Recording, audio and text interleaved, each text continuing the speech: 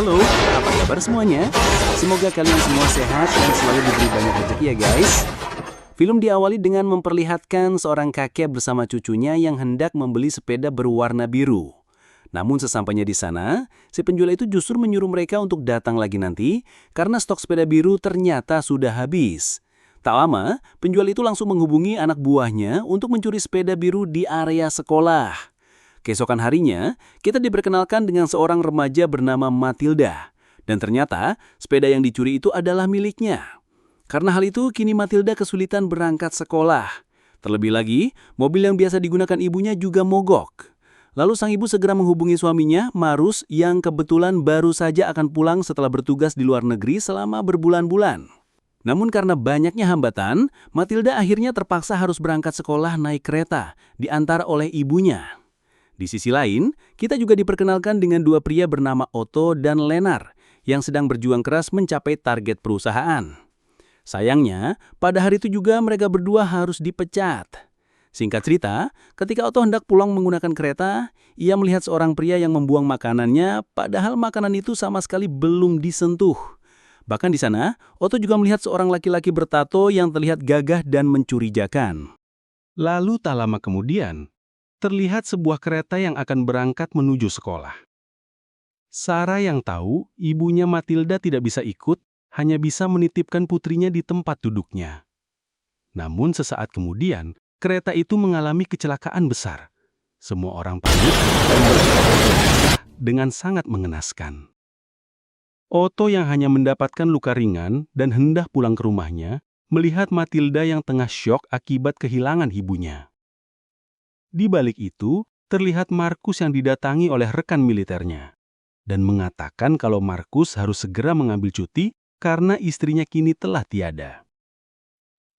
Singkat waktu, Markus pun pulang untuk menemui Matilda. Ia merasa bersalah karena tidak bisa melindungi istrinya akibat terlalu sibuk bekerja. Bahkan Markus juga pergi ke rumah sakit untuk melihat jasad istrinya. Meskipun pada awalnya, dokter tidak menyarankan Markus untuk melihatnya, karena ditakutkan akan menimbulkan trauma mendalam. Kembali lagi kepada Otto yang baru sampai di rumah, ia melihat berita di televisi kalau peristiwa di kereta itu juga menewaskan seorang ketua geng bernama Eagle. Otto yang mengetahui bahwa geng Eagle adalah musuh bebuyutan dari geng Justice, mulai berspekulasi bahwa kecelakaan di kereta itu bukanlah kebetulan, melainkan sebuah kesengajaan. Tanpa pikir panjang, Otto langsung mendatangi polisi dan menceritakan semuanya.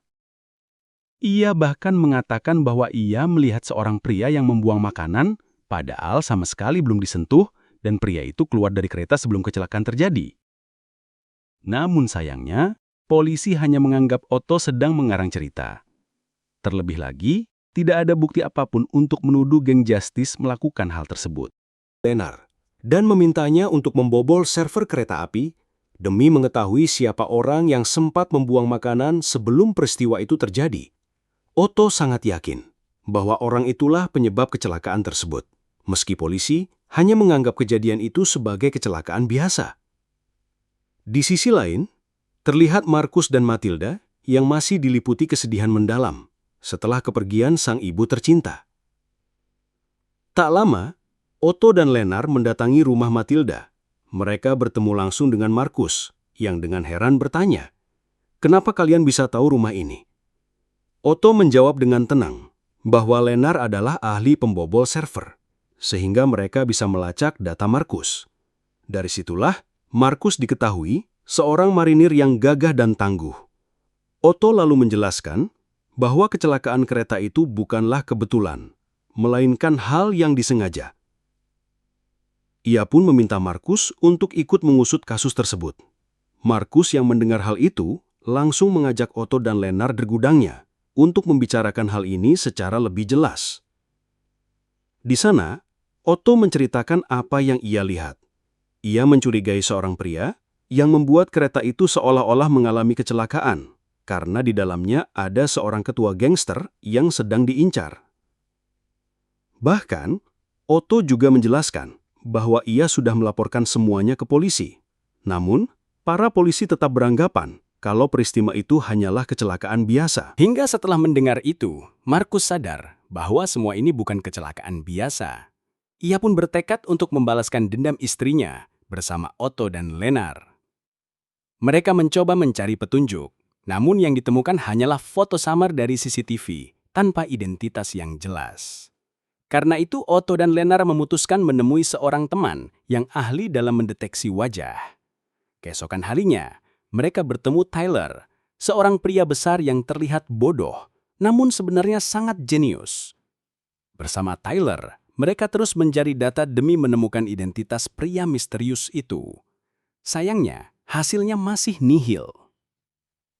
Karena mulai putus asa, Lennart menyarankan untuk menurunkan akurasi sistem dari 99% menjadi 95%.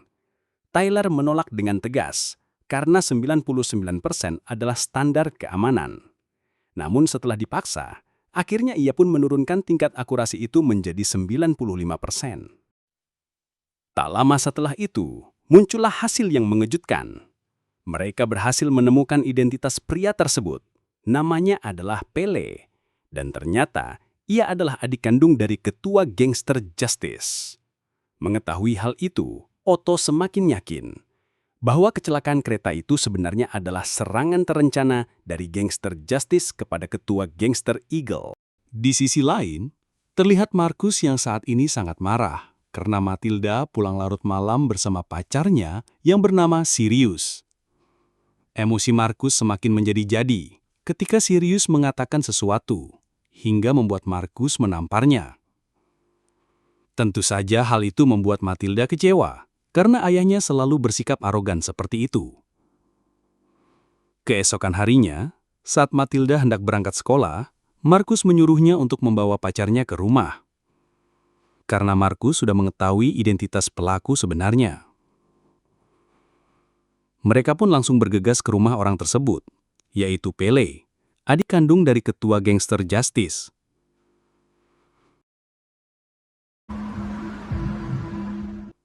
Sesampainya di sana, Markus langsung bertanya mengenai tragedi kereta. Namun bukannya menjawab, Pele justru menodongkan pistol ke arah Markus dan menyuruhnya segera pergi dari sana. Markus yang awalnya hendak naik ke mobil, tiba-tiba berbalik dan menghabisi Pele dengan sangat gagah. Melihat itu, Otto dan yang lainnya terkejut bukan main. Mereka tidak menyangka Markus bisa berbuat sejauh ini. Karena takut sidik jari Markus ditemukan polisi, Lennart pun berusaha menghapusnya dengan deterjen.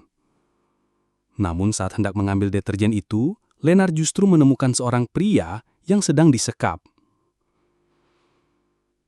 Lennart yang ketakutan, akhirnya memutuskan untuk segera bergegas kembali ke mobil. Pada malam harinya, Matilda membawa pacarnya, Sirius, untuk makan malam bersama Markus. Di meja makan itu, Matilda menyuruh ayahnya untuk berkonsultasi dengan psikater, karena Markus sering bersikap arogan, apalagi setelah kehilangan istrinya. Namun Markus langsung menolak. Ia berkata bahwa sejak dulu sikap keras kepala memang sudah menjadi wataknya. Tak lama setelah makan, Markus pergi ke ruang tengah dan melihat berita tentang gangster Justice yang terus menghabisi orang tanpa belas kasih. Saat itu juga, tekad Markus semakin bulat. Ia bersumpah akan membasmi semua gangster Justice tanpa ampun.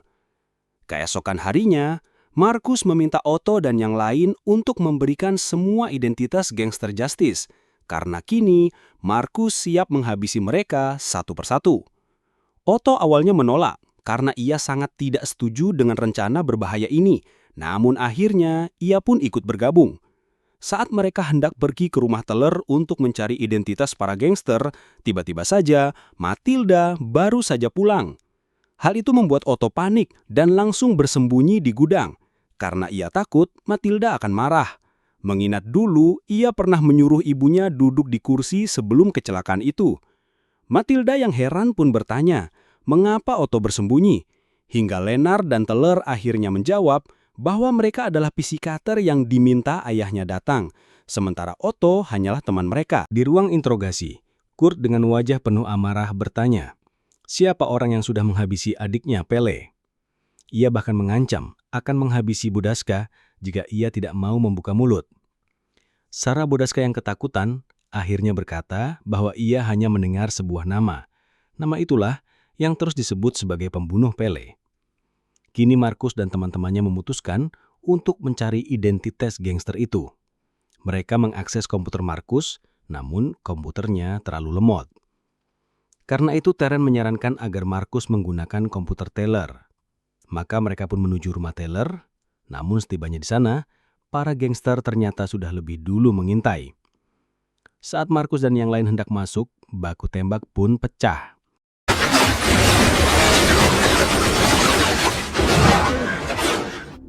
Dengan tekad penuh dendam, Markus akhirnya berhasil menghabisi mereka semua. Dan di dalam rumah itu, ia menemukan Bodaska yang sedang disekap. Markus segera menyelamatkan Bodaska, lalu membawanya pulang ke rumahnya sendiri. Di sana, Markus memutuskan agar mereka tinggal untuk sementara demi keamanan dari serangan gangster Justisia. Keesokan harinya, Markus mulai mengajari mereka cara menembak agar bisa menjaga diri jika sewaktu-waktu gangster itu menyerang kembali. Sementara di sisi lain, para gangster sudah mengetahui bahwa Terence memiliki seorang teman bernama Otto.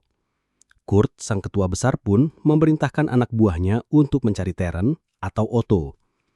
Malam harinya, suasana berubah lebih tenang. Otto dan Matilda terlihat semakin dekat. Bahkan Matilda meminta pacarnya untuk memotret dirinya bersama Otto untuk diunggah ke sosial media. Markus dan Taylor akhirnya berhasil meretas ponsel para gangster. Dari sana, mereka tahu sebagian gangster itu akan berkumpul di sebuah bar. Tak menunggu lama, ketika para gangster hendak pergi, Markus langsung bertindak.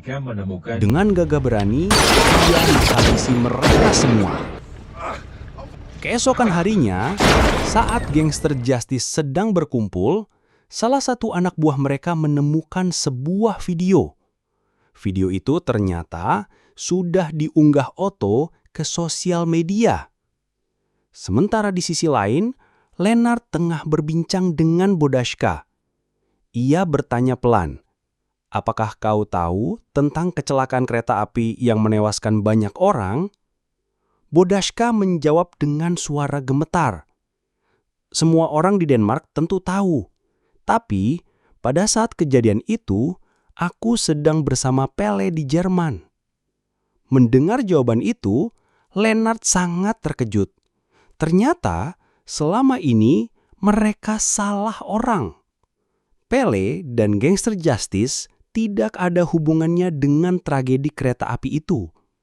Saat dicek ulang lewat komputer, fakta mengejutkan pun terungkap. Orang yang mereka cari selama ini ternyata berbeda. Dan ia adalah seseorang yang bekerja di stasiun kereta api Denmark. Seorang pria Turki yang terlibat dalam insiden itu. Markus pun menerima laporan tersebut. Ia merasa sangat kecewa karena selama ini ia salah menargetkan seseorang. Lebih parah lagi, kini ia sudah terlanjur berurusan dengan gangster paling ditakuti di Denmark.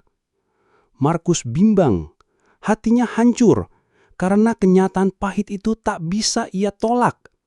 Fakta sebenarnya, tragedi kereta api itu murni kecelakaan dan bukan kesengajaan. S menanyakan, di mana keberadaan Thaler dan juga Otto? Sementara, Sirius yang tak lagi kuat menahan siksaan, akhirnya ia pun membuka rahasia dan memberitahu lokasi mereka sekarang. Tak lama dari itu, Markus sedang merasa bimbang. Ia curiga dengan keadaan sekitar rumahnya. Bergegas ia berlari ke dalam, menyelamatkan Matilda. Namun, terjadilah tembak-menembak yang sangat brutal. Markus terkena tembakan. Meski begitu, ia tetap bersuara tegas, "Matilda, cepat bersembunyilah di kamar." Karena saat itu, Markus sudah bertekad menghabisi mereka semua. Dengan cepat, Markus mengambil senjata andalannya. Satu demi satu, gangster pun tumbang di tangannya. Namun sayang, Matilda justru berhasil ditangkap Kurt, sang ketua. Keadaan ini membuat Markus tak punya pilihan lain. Ia pun terpaksa menyerahkan iri. Dengan suara parau Markus berkata, "Aku tak mau kau melukainya. Habisi saja aku sekarang." Saat Kurt dan anak buahnya bersiap menembak Markus, tiba-tiba Otto dan yang lainnya datang. Mereka langsung memberondong para gangster itu tanpa ampun. Peperangan begitu sengit, hingga Matilda pun terkena tembakan di lengan kirinya. Markus berlari, memeluk Matilda erat, mengangkatnya sambil berteriak memanggil bantuan. Ambulans segera datang. Markus berkata lirih, "Maafkan aku, Matilda. Aku tak lagi bisa merasakan tubuhku." Karena ternyata ia juga terkena tembakan berkali-kali. Malam Natal pun tiba. Markus, Matilda, Otto dan yang lain berkumpul bersama. Kini, mereka tak lagi sekadar teman, tapi sudah menganggap satu sama lain sebagai saudara. Sementara itu, seorang kakek tua yang sejak awal film kita lihat ingin membeli sepeda berwarna biru, akhirnya berhasil mendapatkannya. Dengan penuh haru, ia memberikan sepeda itu sebagai hadiah Natal kepada cucunya tercinta. Namun, seperti yang kita tahu, sepeda itu adalah milik Matilda yang dulu dicuri. Karena pencurian itu, segalanya berubah. Kekacauan besar pun terjadi hingga memicu peperangan yang amat sangat. Dan akhirnya, film pun berakhir di sini. Nah, jadi itulah tadi alur cerita filmnya guys. Jika kalian suka video ini, jangan lupa tekan tombol like. Dan kalau ada saran, silakan tulis di kolom komentar. Terima kasih sudah menonton sampai akhir. Dan salam hangat dari FLM.